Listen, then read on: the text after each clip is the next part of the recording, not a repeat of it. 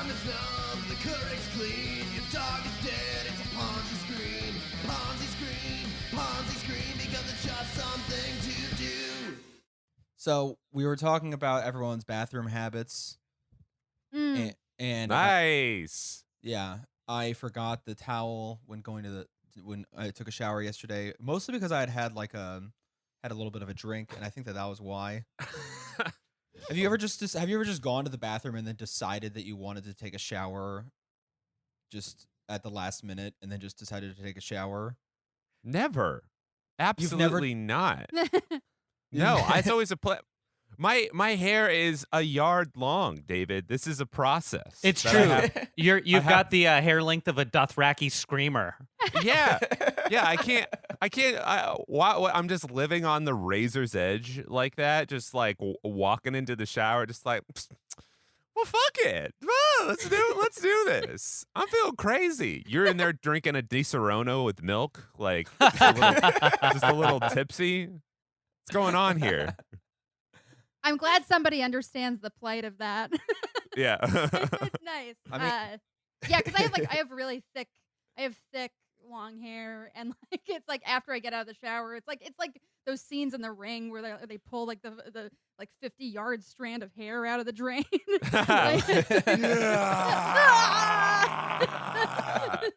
Yeah. Yeah. I've invested in a shower cap. Often only really used in the wintertime when it's chilly out. Mm-hmm. I don't want to go outside with wet hair first thing in the morning, but I do want to get out of the house so fresh and so clean. Dude, what? Yeah. Is there like a good brand of shower cap? Like, has any like millennial tried to disrupt the shower cap market? Yes. There's oh my god. Yeah. No, because they literally came to my old job. They came to my old job once, and they're like, "We're gonna disrupt it." They were like, "We're making cool, fun shower caps," and they cost like $50. They're really expensive. I'm not even joking. No. Yeah. I like the idea of like a Harry's razor for shower caps, and they just mail you a bundle every 2 weeks. You get some fresh ones, but they have to find a way to tell you that like you need to update your shower caps, right? It's like you've always got to wear a fresh one. You don't want to get the toxins seeping in your follicles or anything. Yeah. Dude, check this. You don't this want shit to out. humiliate yourself in front of your shower. Walk into your shower with confidence. Yeah, you don't want your reflection in Look the at mirror this. to see you or you to see yourself and feel Look Don't bad. let yourself look like a cock in front of your shower.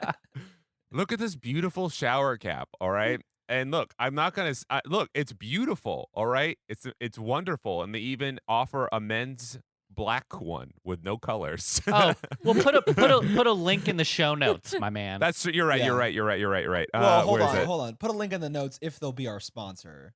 Yeah. Yeah, they're fantastic. But I was like, oh, maybe I'll buy one. And then I was just like, $40. Ah, It's called shower cap. Shower. And there's 3 H's. Oh, looking at it now, who needs so much fashion in the tub? I mean, you have to be part of a pretty big communal polycule with a large shower to want to wear that, to need to wear a cap like that, you know? Oh, I guess I should get one then, because that you just described me perfectly. Yeah. You guys really deserve that sponsorship. I think this is definitely the longest time anyone has philosophized I know. about shower caps on a podcast. This is a You're podcast earning about Lucie. Give it This is to them. It's a podcast about white collar crime, and the big difference between other crime and white collar crime is that it's all about hygiene. Yeah. $43. And like I said, Dude, look, it's I $43? love and imagine if you were just you were just like the discerning male viewer and you just wanted the black one. No, I want to pay only $30 for the black one if I'm not getting any of these jazzy color schemes. That's I mean, this one is very pretty. What am I can't. This is I might get one of these. yeah, they're very they're proudly made in the United States. You know what's fun is that I think that shower cap company like this would fail, And I can't believe that Donald Trump hasn't put out like his own brand of shower caps. Mm. You know, like Yeah. like Trump caps. Trump. Yeah, provided it at all of his real estate holdings. You know, at Mar-a-Lago, they've got one. Like They all just look like his hair. Yeah. Yeah. And you'd imagine Yeah. that he hasn't shampooed in decades. Like It's a otherwise dry. his hair would He's a just- dry shampoo boy. Yeah, Yeah. it would crumble if he shampooed. Like his hair would just melt like I don't know, sand or something. I don't know. Like cotton candy. Like cotton candy. Like cotton candy. Yeah, baby. exactly like Yeah, cotton yeah, candy. Hell yeah. exactly Like like cotton candy on a hot, fair day. Mm. Yeah. Yeah, man. Speaking of Trump's recent appearance, I feel like he's gotten a lot frecklier. Like at the RNC last night, like he was very freckly. Well, his main residence is Florida now. He's not a New Yorker anymore. His actual house and permanent residence is in Florida. So I mean, he's getting sun kissed for certain. Yeah, And, That's Trump. our yeah. big boy gets really freckly in August. I'd love to Yeah. hear someone everyone's like, you know, the classic lib is like Captain Cheeto Head, and then like a Republican response like, he's not a Cheeto Head, he's sun kissed, all right?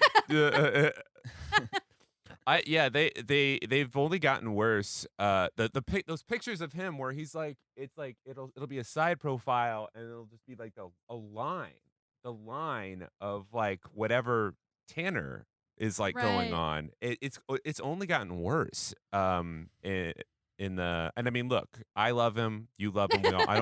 I don't want to dunk on him too much, but yeah, it's like one of those 80s. It's like he's wearing one of those 80s like masks that covers your face, and it's for doing hair, but he just has like the like an opposite, an inverted version where he's just Right. like it's just like this, and it's just this really completely defined line. It's not I dare say, David, it's not a good look. Speaking of masks, at this very moment, I got a text on my phone and I opened it, and for a Joe Biden 2020 stretched 3D mask that says "No malarkey" on it. So, you know, buying products depending on what side you're on. We've got the. I gotta Really- say, I've always had a weird, like, I've always been really grossed out by politician masks.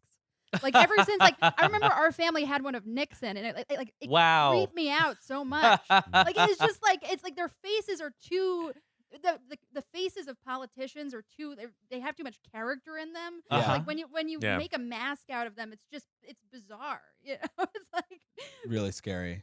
yeah. It's Yeah, the and- uncanny valley thing, I think, is really a big and- problem Yeah. with it. In that movie where they rob the bank, Point and Break. Point Break. The ex-presidents. Presidents, yeah, they tried to do. Gabe's like, I know the movie. Yeah. Patrick Swayze.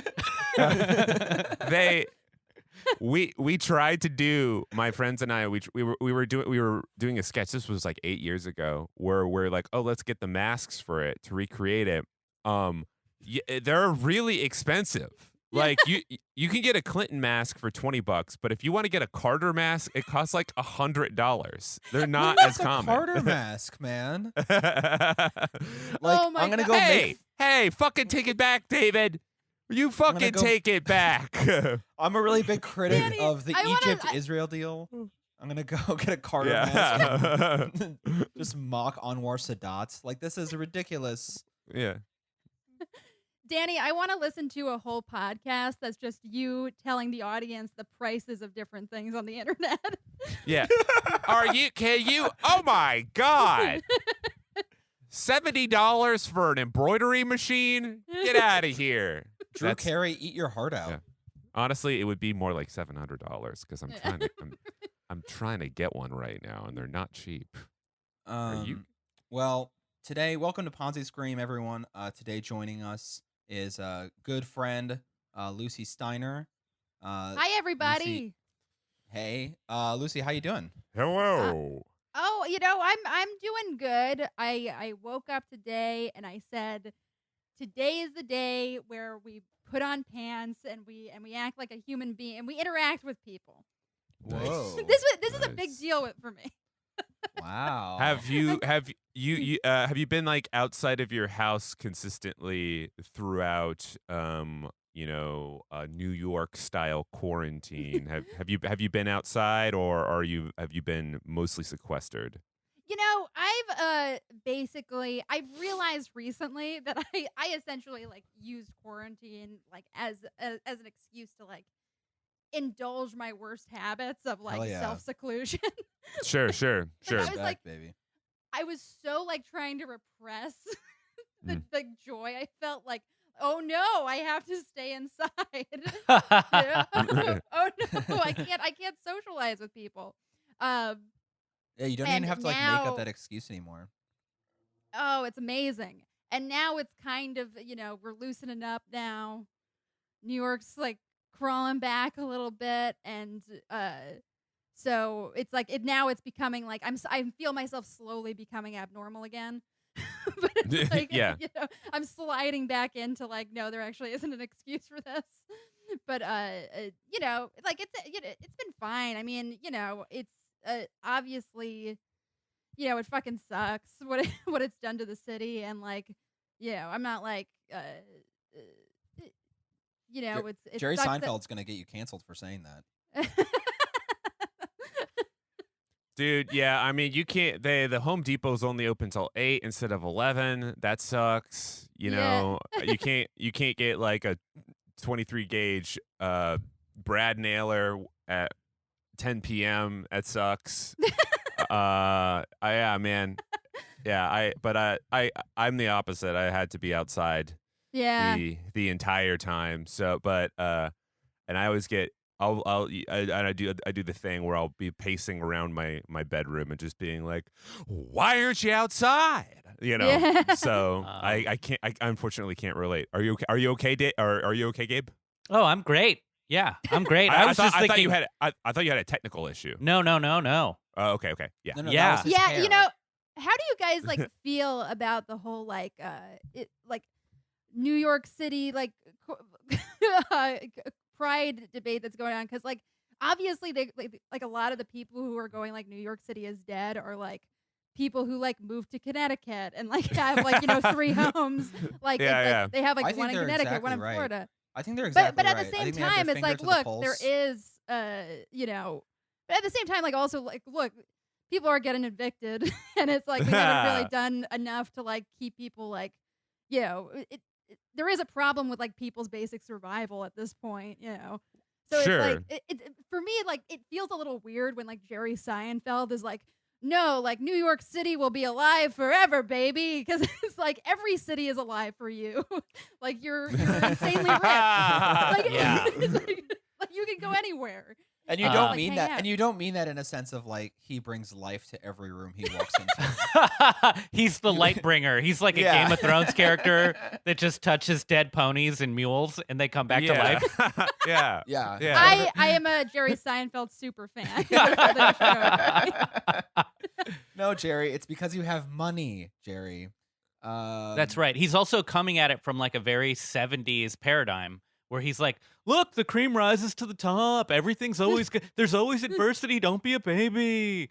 And it's like, dude, yeah, and like, I've been in Montauk for 5 days out of the week, and then I drive in one of my 17 Porsches, to just scope, to survey, get some cereal. I get some cereal. Yeah. That's it. Yeah. He has nothing substantial to say ever because any actual substantial details about his life would reveal how unrelatable he is as a person. What's Yeah. the deal when you're a reptile in 2020? Do you get it? Yeah.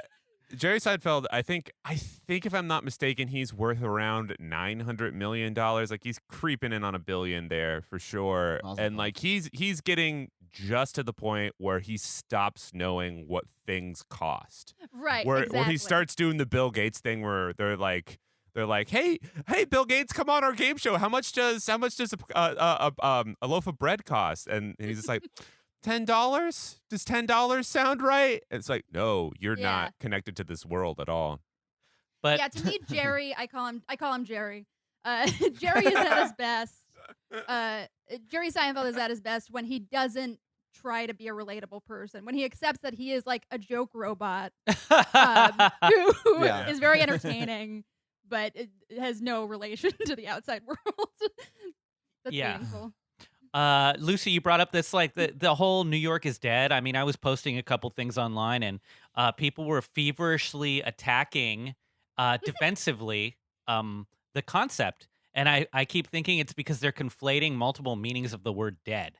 It's like Right. if somebody goes, New York is dead, and they're like a Connecticut boy, then that tone is like, oh, New York is no longer cool or trendy.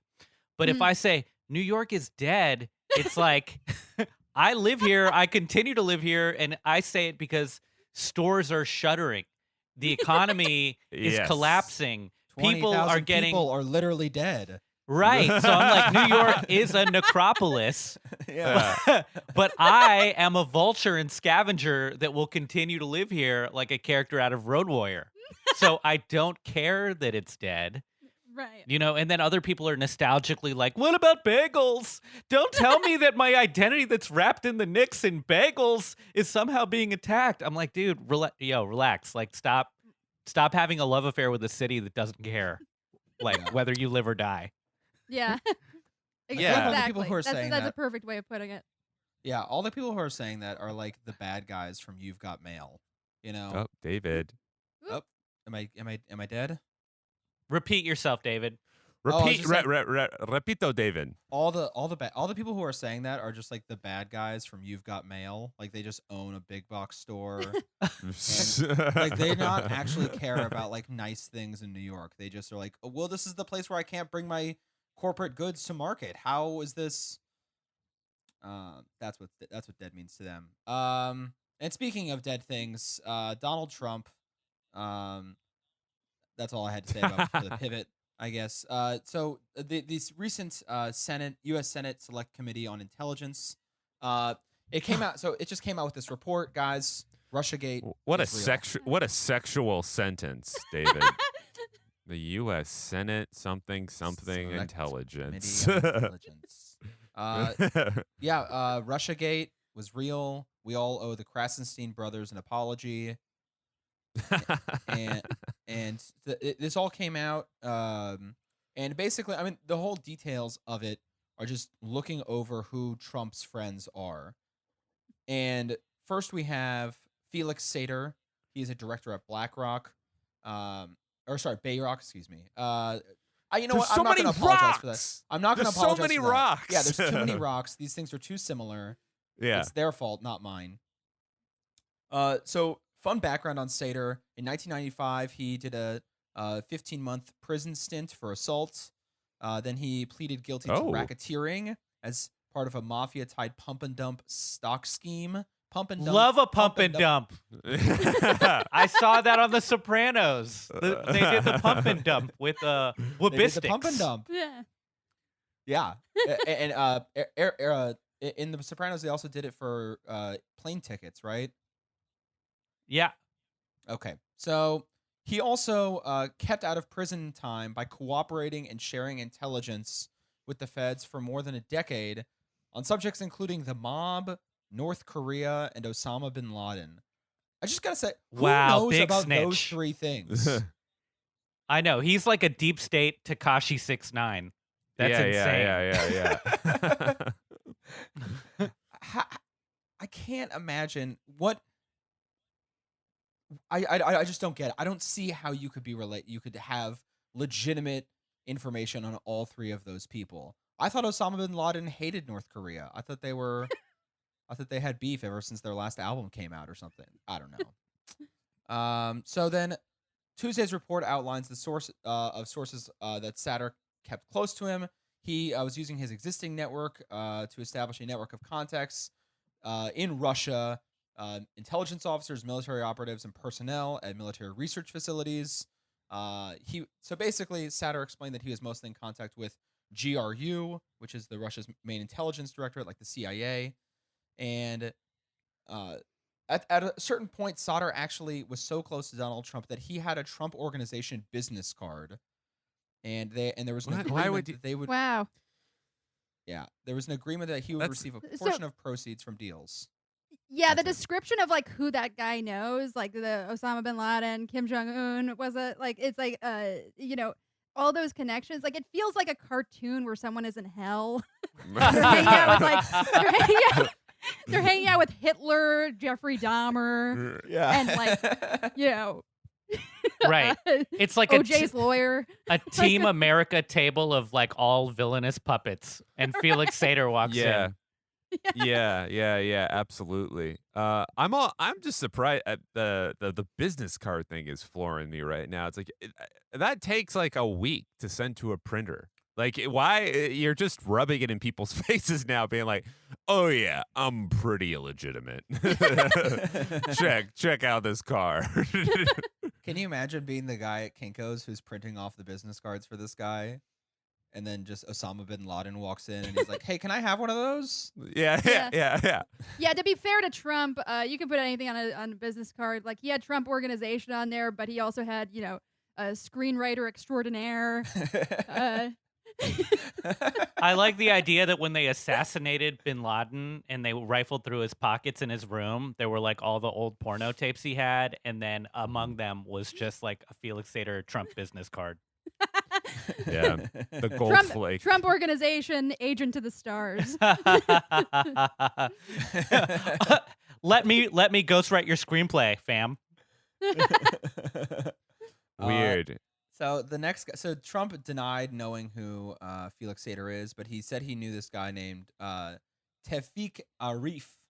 I should know this. I think he's Israeli, but he could not be. The owner of Bayrock.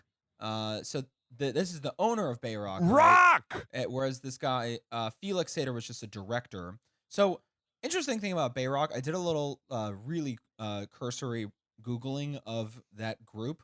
You're known to do these things. I love it. He's a hacker wonderkind. Yeah. He hacked into their website. Yeah. He so looking at the Wikipedia page, they only own Trump properties. That's it. And their first deal, as far as I can tell, was in 2008 for this strip mall in Sheepshead Bay. That was that was like their big thing. They've literally, it's from what the Wikipedia page says, is that they've only done Trump Organization things and then this strip mall in Sheepshead Bay. Look, Booby, this is what it's gonna be. We're gonna go to Sheepshead Bay. We're gonna get ourselves. It's a parking lot, but then you've got a bunch of one-story shop fronts. You're gonna love it. All right, we're gonna have a Subway sandwiches. We're gonna have a nail salon. We're gonna have a day spa. That's it. That's the flagship for Bayrock. Oh, that part of Brooklyn. I was like, I know that area. Okay, this is like right above Coney Island. Yeah, you're just gonna have a lot of like It's a very Russian neighborhood. Yeah, you're gonna have a lot of borscht, like, you know, a Subway that serves borscht, wet that meals, kind of shit. Wet meals. They're very moist, damp meals. Yes, a lot of heavy. Slurping. Yeah. Heavy sauce. yeah, exactly. So information obtained by the committee suggests that he was involved in Russian organized crime, money laundering, and human trafficking dating back to at least 2000. My man. Next on the list, Emin and Aras Agalarov. We've heard these people before if you've been following some of this stuff. 2013, they organized the Miss Universe in Moscow. They run what's called the Crocus Group. The Crocus Group. How do you spell that, David? Crocus. Oh man, I was expecting double Ks. I know they're all beautiful women, but I imagine the outpost of Miss Universe in Moscow being very depressing. They're all just like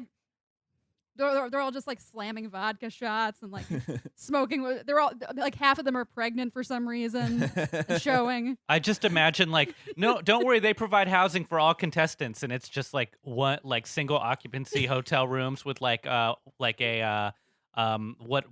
just portraits of out of work circus bears on the walls. Yeah, just mangy bears. Yeah, I feel like you're gonna get a lot of women with eyes that basically scream something like, I shouldn't be here. I shouldn't be. Why am I here? Please call somebody, please. When is Liam Neeson gonna come and rescue me? Yeah, exactly. What have you done with my Russian daughter? Yeah.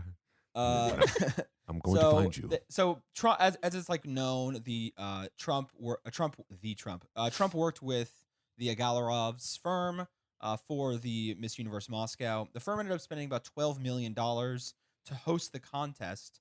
The Agalovs paid $6 million in licensing fees and took on an additional $6 million in various other expenses. In return, they only received about $2 million in revenue, meaning they lost $10 million on the event. Damn. Yeah. They took a bath. Yeah. They got real wet on that one. Yeah, they're getting all their they had to keep the meats especially damp. The Agalovs have significant ties to Russian organized crime, closely affiliated with individuals involved in murder, prostitution, weapons trafficking, kidnapping, extortion, narcotics trafficking, money laundering, and other significant criminal enterprises. TV VCR repair. Some of those activities got you, David. Gotcha. Some of those activities have been in Russia, outside of Russia, and in the United States.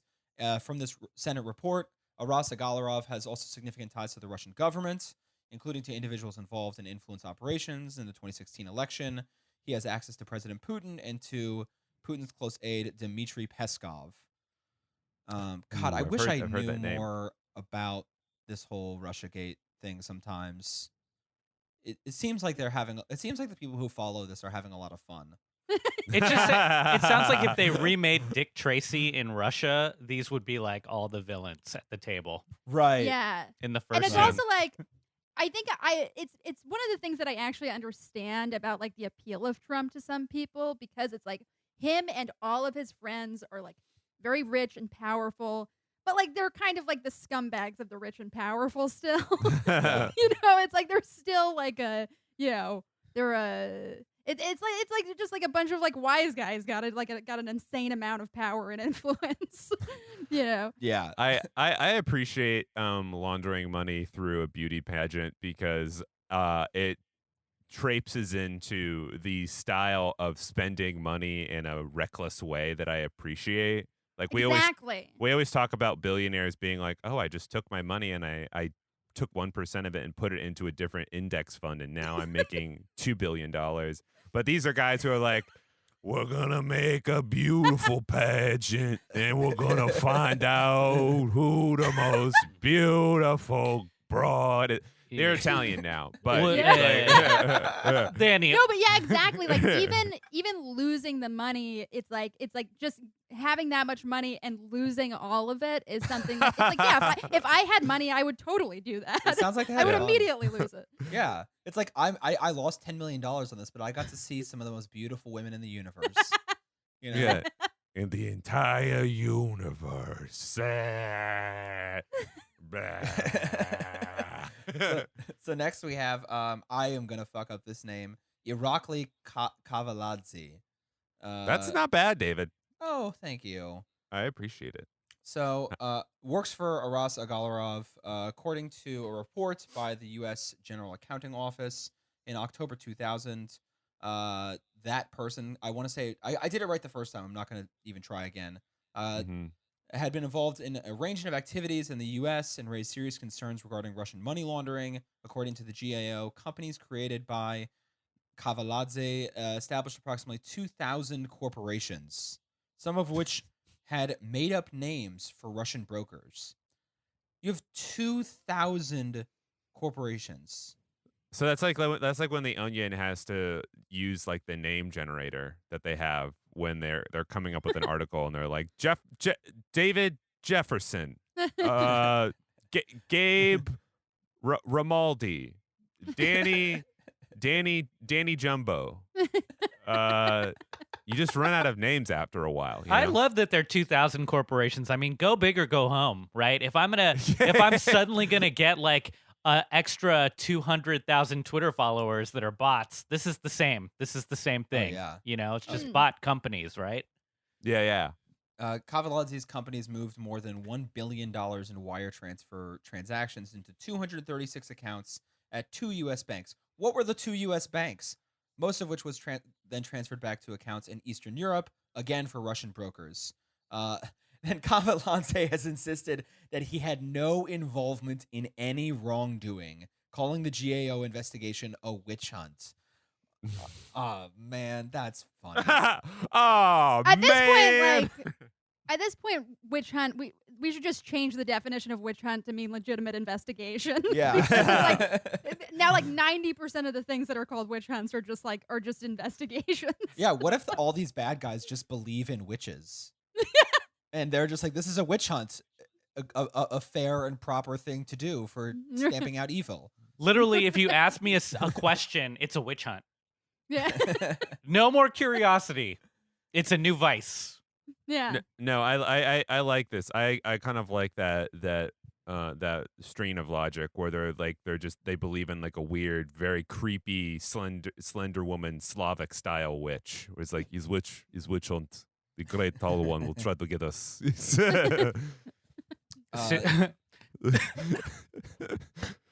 So next guy, Georgi Rishiladze. Good luck trying to pronounce that one, guys.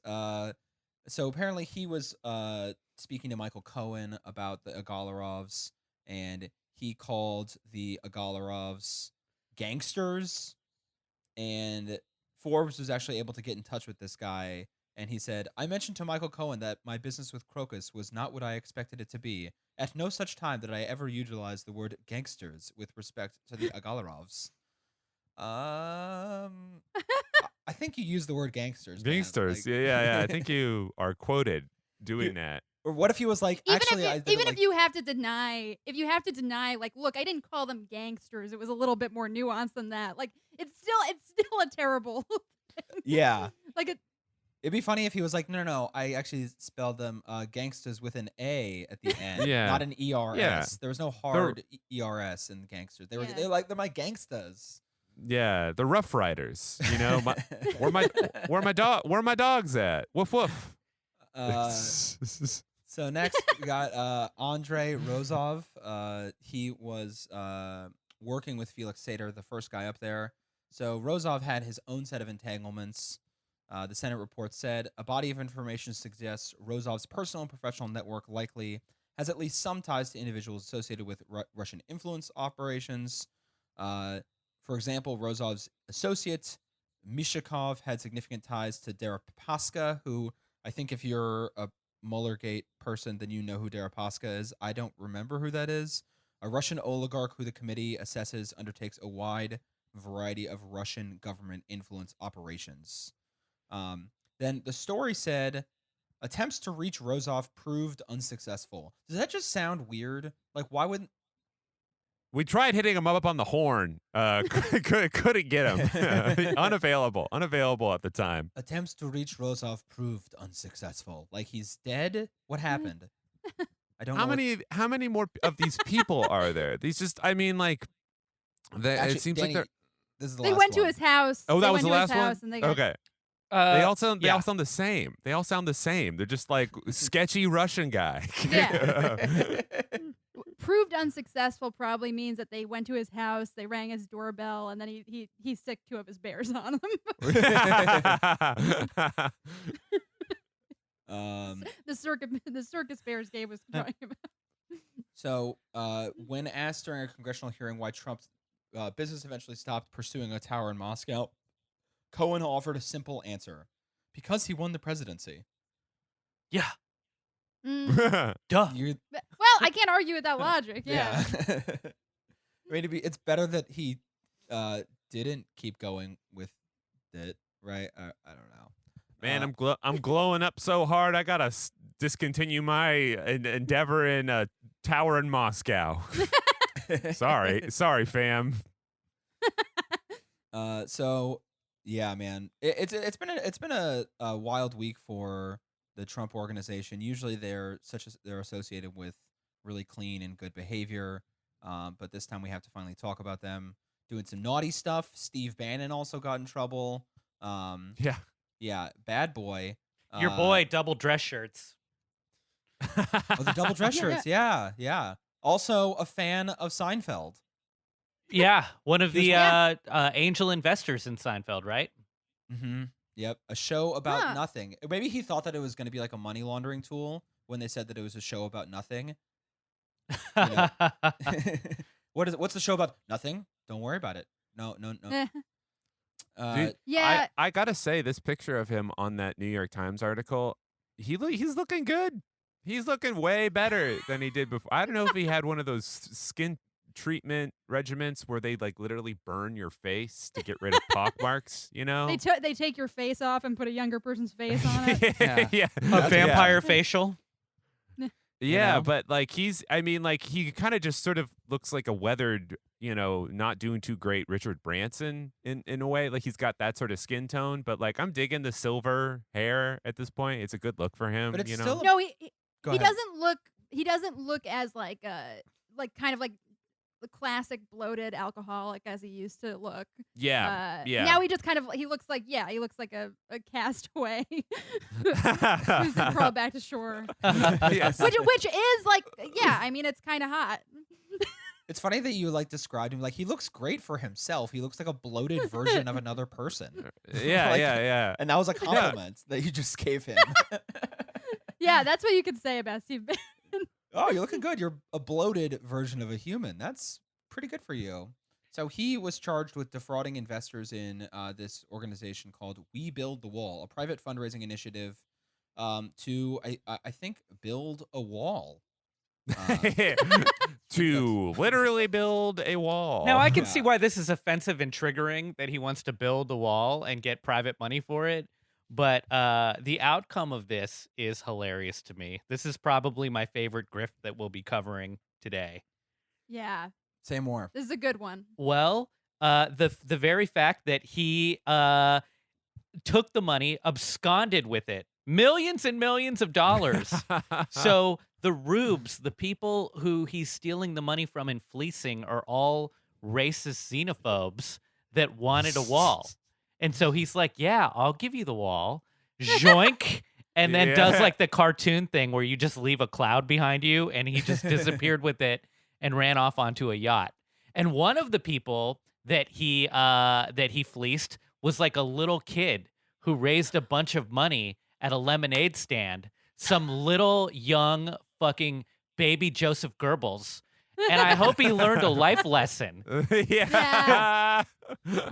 I have there's no a empathy. lot of- I love it. nor should you. I mean, it's like there's a lot of layers to this one because it's like it's the degradation of like how we're gonna build this wall has been amazing to watch. Like it's gone from we are going to get another country to pay for it. Okay, we can't do that. Maybe you're gonna pay for it with some of your tax dollars, but they'll pay for most of it. To you'll pay with it. Well, we're gonna pay for all of it with your tax dollars. And then it's like, you know what? Fuck the taxes. We're just gonna have you donate to this GoFundMe. like the system of taxation was too hard to navigate. It's like, can you just spot us $5 Yeah. for this wall? Dude, it's a free market grift. This is like, we're going to leave it to the open market. You pay us Yeah. and we'll deal with it. And you see right now what happens when you have no government oversight. And it's perfect. Yeah. It's like the snake is eating its own tail in terms of the racism, right? Basically, It's beautiful. GoFundMe is going to replace tax collection, and the person who does like compliance checks at GoFundMe, just like one dude, he's like 28, he graduated from Stanford 4 years ago or something like that. That math didn't add up. He is the IRS. Like he will be the entire IRS. The IRS is just like getting high, having like a weird kind of high where you start to feel guilty about all the world's problems. Yeah. And you end up donating $20 to like 3 different GoFundMes. Yeah, the IRS is just getting really paranoid and freaked out listening to the Doors. So it looks like the fundraising effort collected more than $25 million, and prosecutors said Bannon used nearly $1 million of it for personal expenses. How did they get Not enough. I wish he used more of it. I want Yeah. less of that money to go towards a single brick. I want Hell most of yeah. that money to go to like all you can eat orgies at Benihana's for Yeah. Bannon and all of his buddies. Let them celebrate Yeah. the fucking grift, man. That's dope. Or Yeah. like, look, we invested some of this money into a strip mall in Bay Ridge. Yeah. Yes. 25 million, dude. Like, oh my, that's so. I mean, I can't even imagine, like, the fucking people donating to that thing. I mean, it would have just been, I feel like most of it was just sort of like a lot of like rage son and daughters who are just sort of like, Grandpa, if you give this, the wall will be built. And you're just like, all right. And then he just like gives them $20 and then it just goes to this and then it's just gone. Smoke, up in smoke, just gone forever. Like a regular Kickstarter. You didn't even get your performance fleece that you tried to donate for this. It's just that LLC is gone. I need them to post a list of the victims in air quotes of this crime. Hashtag name names, dude. Yeah. I want a knock list of all these rubes. I want an op-ed on how they got fleeced. Like, I want every person to write an op-ed or a memoir about this. Like, every person who donated. Yeah. I'm sure somebody will. Like, somebody will probably, like, write an op-ed, like, look, me and my family really cared about that wall. and we feel cheated. And I can't wait for it to come out.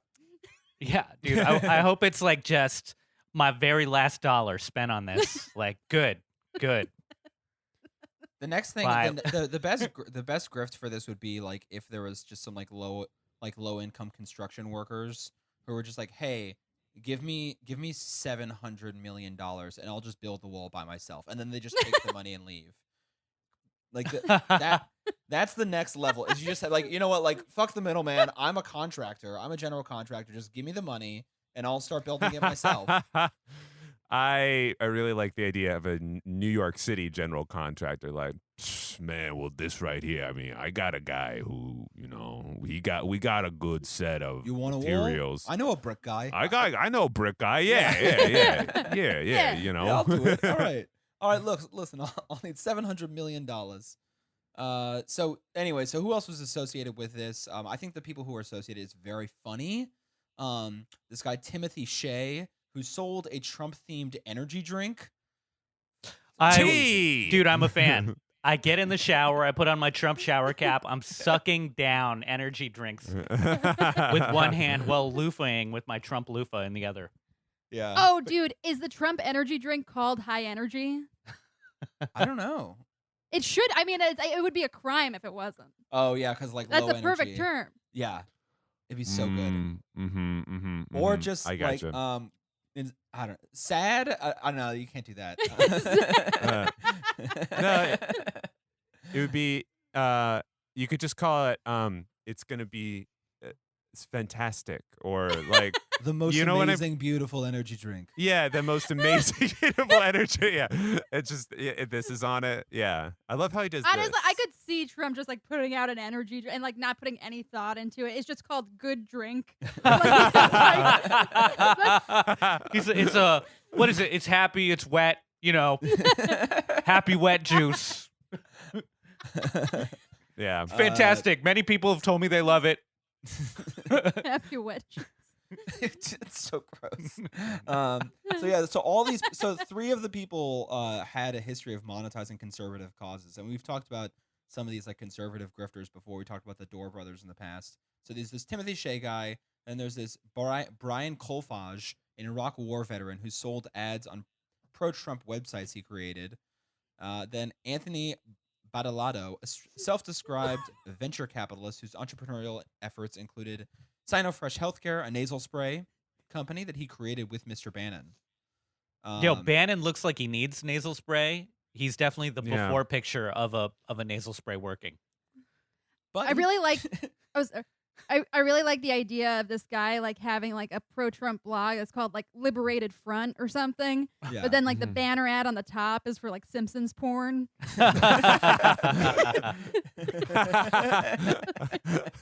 That's also the nasal spray. That's the new. I feel like snake oil has often come in the version of spray when you are fixing an ailment that we're like in reality you should be getting surgery. You should be getting cut open to fix this thing, or like taking an intense pill or radiation or whatever that's fixing it. It's like no.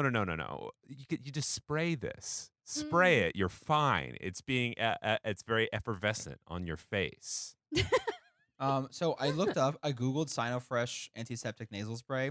The first thing that comes up is the website. The second thing that comes up is their SEC filing, which makes me think that if their top hit is like their government filing,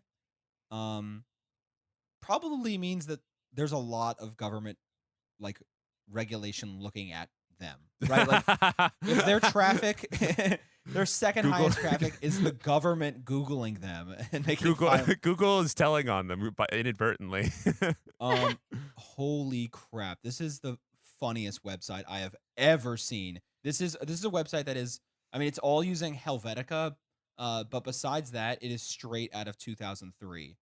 There is just no. Oh my god! Okay, I'm gonna send this to you guys right now. So, anyways, who else we have on it? On We Builds the Wall. On We Build the Wall's board members. We is, Builds the Wall would be a great We name. builds. Brought to you by Build-A-Bear and Build-A-Burger. Yeah, it's included in that is Eric Prince, who is BlackRock. Blackwater. Oh yeah, Blackwater. Blackwater. Blackwater. damn it. Blackwater. The and- artist formerly known as Blackwater. Now Yeah, it's- yeah. Academy. which They're sounds all like just- an online education company. Yeah. Oh my god. They're all just different elementals. One of them is going to be like Purple Lightning Bolt, you know? So Eric Prince is a total ghoul and single-handedly bringing back mercenary armed forces Oh yeah, Mm. baby. into the U.S. government, U.S. military. Also, he's the brother of Betsy DeVos. That's right. What? Yes. What? I'm just so what this means is that like the Trump executive, like the administration has like two tiers of families basically. There's like the Trump family and then there's the DeVos family. Like it's just families that are on top of each other. Yeah, back to the pile. Back to the pile. Yeah, like a fuck pile, you know? It's a fuck pile. Yeah. Yeah, yeah, Yeah, David, like a totally. fuck pile. So there's so he now heads a firm called Frontier Services Group, and the New York Times that we're getting this reporting from says that it's a private equity firm, but they also do a lot of other cool stuff. They also do a lot of security work, which rules. Sure. Classic.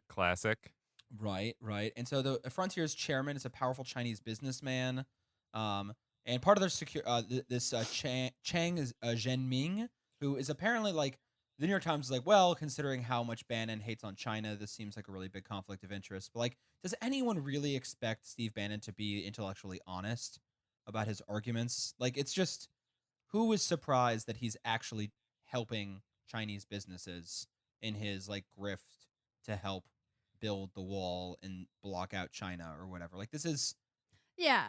what did I mean, you he's expect? probably been.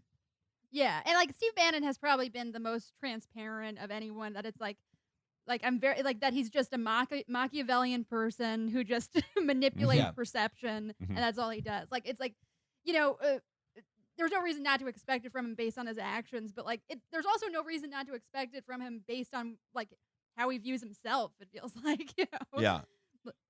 Absolutely. Yeah. So then, also another this company Frontier Services Group said that this is according to BuzzFeed. They said that they were. It says that they weren't operating in Iraq, but oh yeah, they're operating in Iraq still. Where? Where? Like at a out of Baghdad? Like, yeah, like out of Baghdad. Underground. So yeah, I they- would say like, It's a I- logistics company, right? And so they do like private Oh. security work. of and course, of course. They're of also course. helping with this One Belt, One Road initiative that the Chinese government is laying out. Basically, like kind of MacArthur project. What's the General MacArthur? Like a MacArthur project, but for the world. Basically, having the Chinese government invest all over the world in all these infrastructure projects. And Frontier Services Group is a huge is a logistics company that's been helping out with basically Chinese economic dominance all over the world. And they are in Iraq. Nice. And if you remember from Eric Prince's past, when he was at Blackwater, Water. Blackwater was an organization where the private security forces just killed some civilians in 2007 without any sort of recourse. Also, Blackwater troops were sent to American cities after disasters to be unaccountable private police forces, like in New Orleans after Hurricane Katrina. Yes, that's right. They were helping out. Yeah, Poor they're just people? doing. Yeah, they're yeah, just yeah. helping. They're just Yeah. a bunch of helpful guys. Yeah.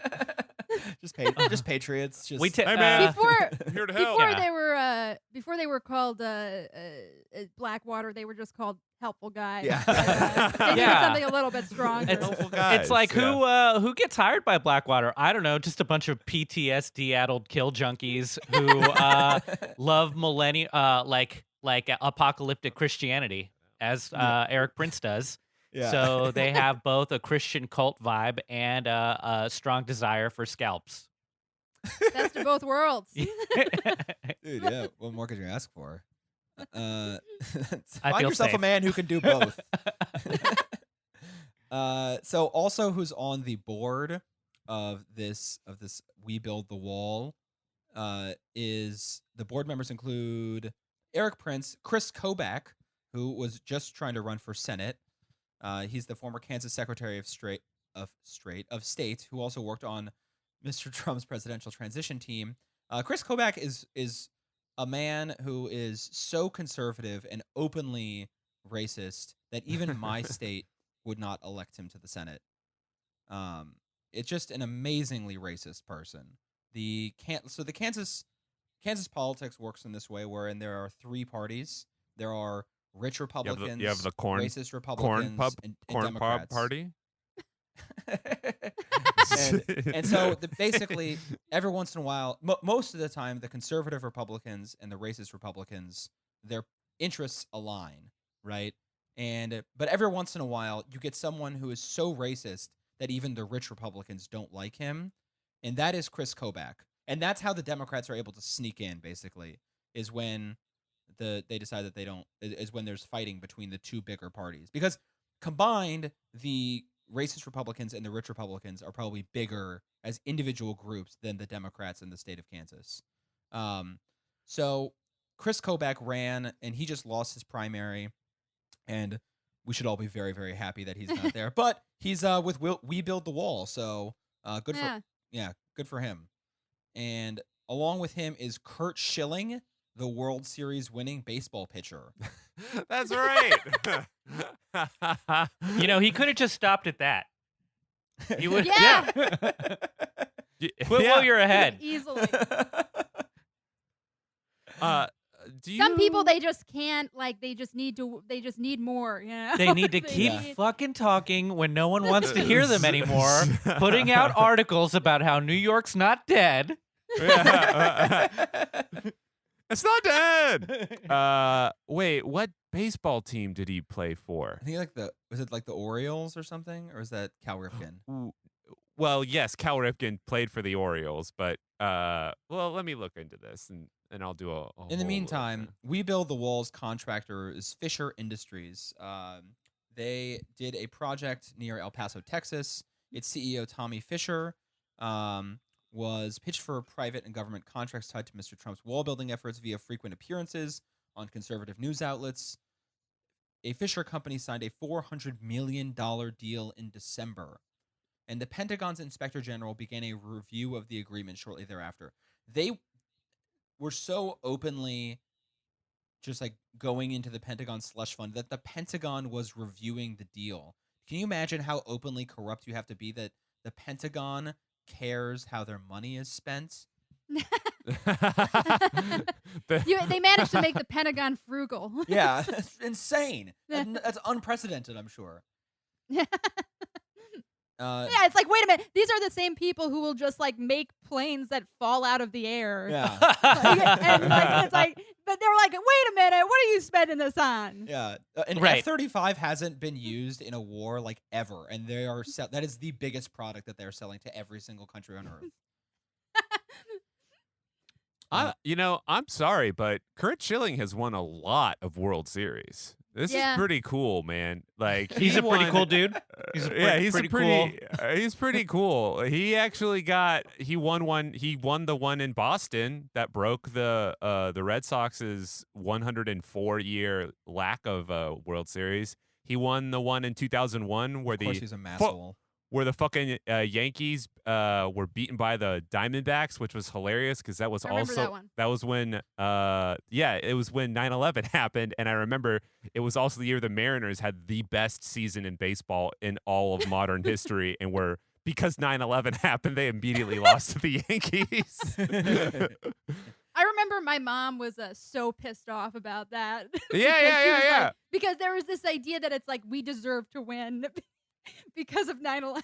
Yeah, exactly. We need this. Oh, that's kind of sweet. Yeah, it's cute.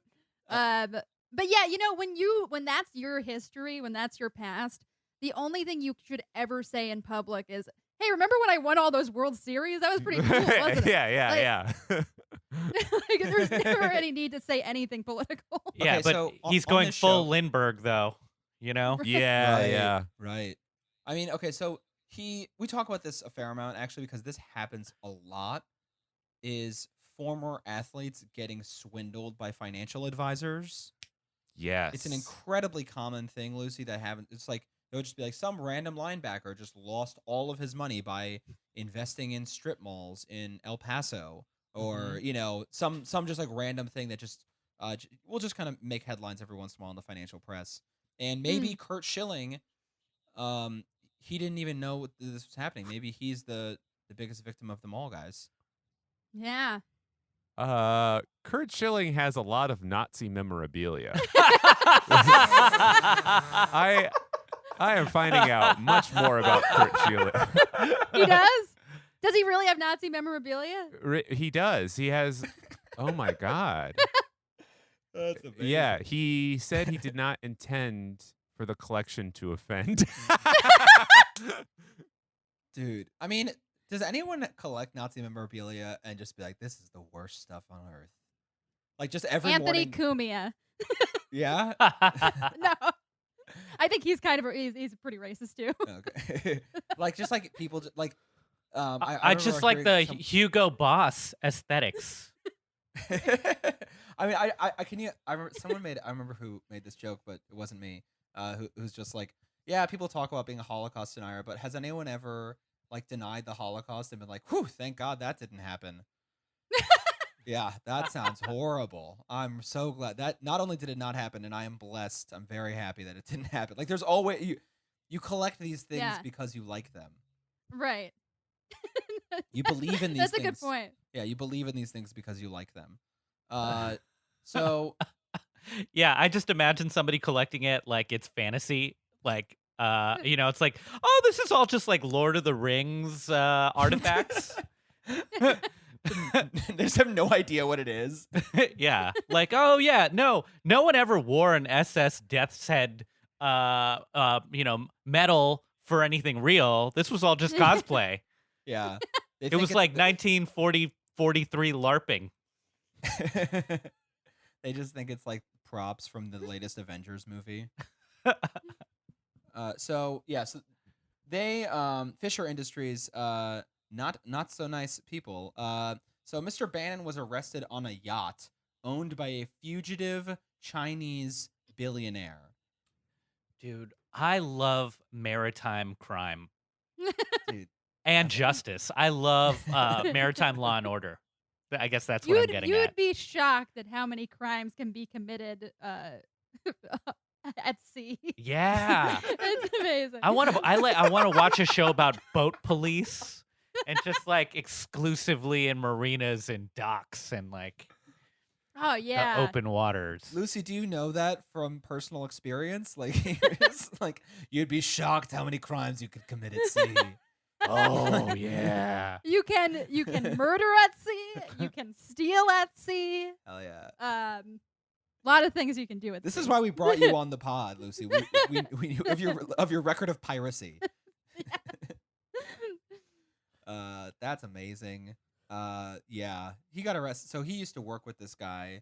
I'm not gonna get his name correctly. Guo Wenji, who's sought by Beijing for extradition from the U.S. Mr. Bannon and Mr. Guo worked together on GTV Media, which is reportedly under investigation for over a $300 million private fundraising round earlier this year. So even his side hustle is getting investigated.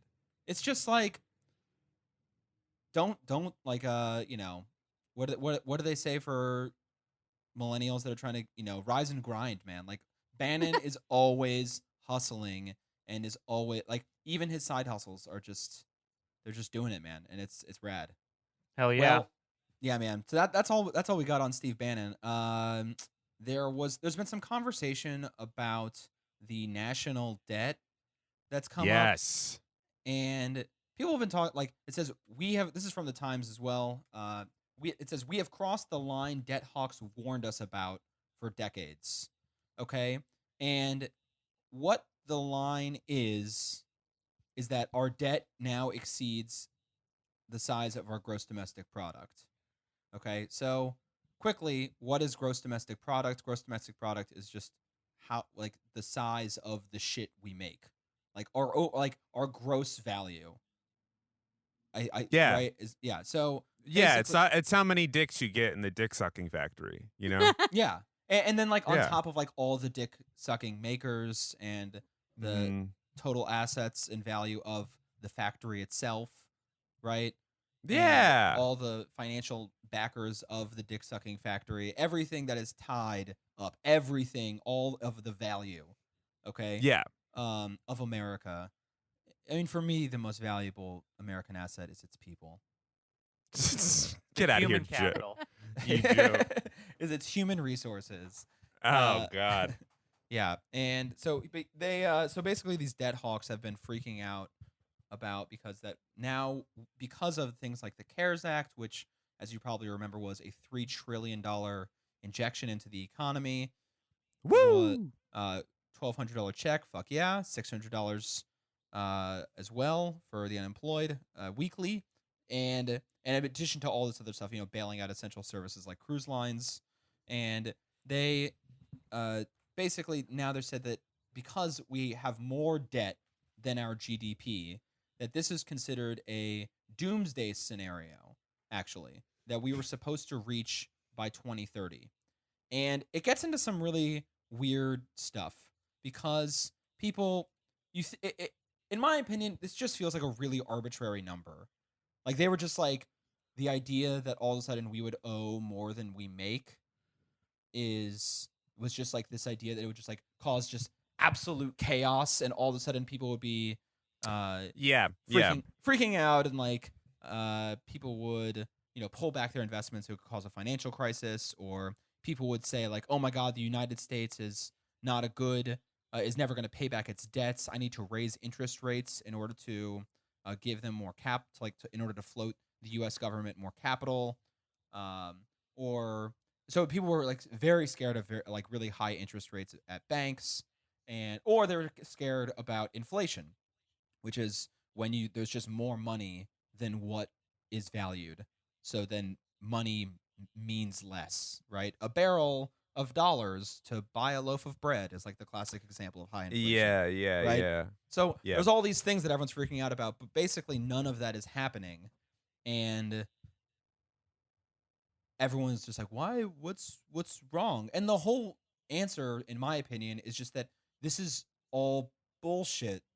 and based on like emotions. This is all based on emotions. This is a mood. Like the entire financial sector, their investor confidence and their willingness to raise in interest rates or things like that, or to pull back investments, is just based on investor confidence, which is essentially a mood ring. Right. Yeah, I read the article, I looked through it, and really, it really felt more like a psychological thing more than anything else. Like it's not so much connected to finance as it is just like how these people, like, they're kind of telling on themselves in a little way. Like I basically came up with this whole thing where, and it'll only take a second, but I think it makes sense. Okay. And let me know, David. Anybody let me know if this just is weird. Okay. Okay. So I think that people are conflating debt with inefficiency. So right now we owe more than we make. Okay. Yeah. So then when you get people who are really rich and in power and controlling the levers to society, they're like, this is inefficient, blah blah blah blah blah. And I don't think that's the case. Like, I think that hypothetically, if you were to take a person and be like, okay, here's $200 billion, okay, and that's like your debt. And if you had a person like Jeff Bezos, he'd be like, well, I'm going to make a rocket and it's going to go to Mars and it's going to be great. And it would just be Jeff Bezos's thing. It would probably employ some people. It would probably do a couple other little things, but it's like a very Jeff-centered thing, It's a Jeff-centered thing. You could also have a person who's like, well, I'm going to take that $200 billion and I'm going to make $200 billion worth of burgers. All right. And I'm just going to make, everybody gets a burger now. All right. Everybody gets multiple burgers throughout the entire United States. And I think when people worry about like the debt, like the U.S. national debt, I think they're telling on themselves, because it tells that like these very rich, empowered people are like, they know what they want to spend the money on. They know it's for like bullshit and grift and stuff that actually isn't going to help anything. But if you sort of actually pose the question on its face and just say, yeah, we're going to take this $200 billion and we're actually going to like build stuff and make stuff and fix stuff and help people, I think it's a much different conversation, and that's oh yeah. And it's like, and it's also like the whole thing kind of seems to presume that like investors are they just act regardless of context. Like it's like they just like, when things go with like, when this number passes this number, they just get they decide that your country is about to implode. But it's like look, these people know that there's a global pandemic that just hit everyone. It's like they know that it's like that's not going to last forever probably. Like they're probably investing in like in things that will help it go, some of them probably are invested in like some kind of like, global research surrounding it. Like, it's like they know that they're getting fucked. Their interests or whatever are getting fucked. Like maybe in part by like a country's like fiscal irresponsibility can fuck with it, but it's like it's also like, natural disasters, like like environmental stuff can fuck with it. So it's like just the idea that they would just panic like and not look at like they're just not looking at headlines at all. Yeah. Like, Yeah. It's a strange kind of like image of these people of I think it's great. system. I think it's great that we're in debt. I'm a huge fan of being in debt. I think it gives people a reason to keep you alive. You don't want to kill somebody that owes you $100,000 or $1 million or $5 million, because that person will then you're out the money. But if you keep me alive, you can constantly squeeze a little bit of money out of me. You know what I mean? So it's good to be too big to fail. We should go further into debt. Yeah. Yeah. I like think that is ultimately the solution that the New York Times is offering, because they're saying because they're saying like neither tax increases nor spending cuts would be attractive, because both could slow the economy, and any slowdown would hurt tax revenues, meaning the government would have to keep borrowing more, which is a fallacy in my that's just like this whole risk of like you raising a wealth tax on like the richest people is not going to reduce their ability to spend money. These people have more money than they can spend. Even someone as absolutely stupid as like Elon Musk, who has like 15 different projects going, he's not even close to tapping into all the money that he has. And so the solution that they're saying is we can't tax the rich to make up our debts. So we're just going to keep going into debt. Mm. There's no I didn't know I bottom had such a in sight. lib. I'm such a lib. I'm such a lib. But I mean, and it kind of ties into something that's like a little bit more of a radical thinking on debts, which is this, or at least the federal deficit, which is the modern monetary theory, which we've talked about before in the past, which is essentially the idea that if you control your own currency, and if your own currency is not pegged to any other currency or to any commodity, it just is valuable in and of itself, like the US dollar is, and the fact that the US dollar is the fiat currency, meaning it's the head honcho currency, then basically the US government can print as much money as the printers can run. And you will never, deficits mean nothing, because ultimately, who does the US government owe its debts to but itself? So there will never be, there is no debt when you for the United States federal government. For New York City, yes, because New York City doesn't have its own currency, right? But for the federal government, it can just keep going, baby. It can just ride the gravy train. No, it just I think it really is these people. Again, they're telling on themselves, because when a person like fucking Steve Bannon buys a boat with a GoFundMe money from everybody, and then and Nancy Pelosi has an ice cream refrigerator, or a dedicated refrigerator for her ice cream and stuff. I don't think that's total people just being like, oh, we're dumb and we don't know how offensive this is to normal people. I think in the back of their brains, they know that this is wrong. Like, in the back of their brains, you can't just do that all at once. And I think when people say like, we need to spend $1 trillion to like save an economy, make sure people don't lose their houses, all that stuff. Those people, they see that and they go, no, you can't do that all at once, because my grift is just sort of slowly bleeding and leaching off of a system over 20, 30, 40 years, and just staying in it and persisting in it, and like paying off all of these contractors for like DCCC and just like weird dead weight. Again, it's all, they're conflating debt with inefficiency, because they know that if they do all of their stuff at once, people will be like, wait a minute, you spent how many billions of dollars on what? Like, my cousin could have done that for $1 million, So I think, I mean, I really think it taps into a deeper psychological thing, like it kind of gets caught up in the weeds a little bit, but like, again, if you're creating money to actually get stuff done, like, works for me.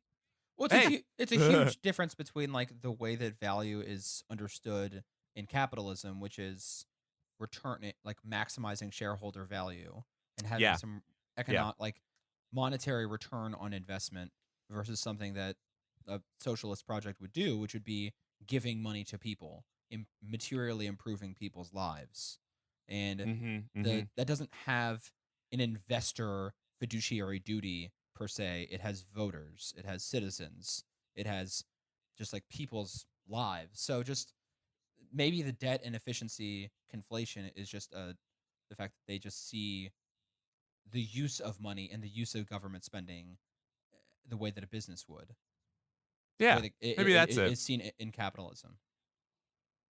Yeah, that makes sense. If you just look at I mean, like, people still don't. I mean, what is it, like 175,000 people died of coronavirus so far?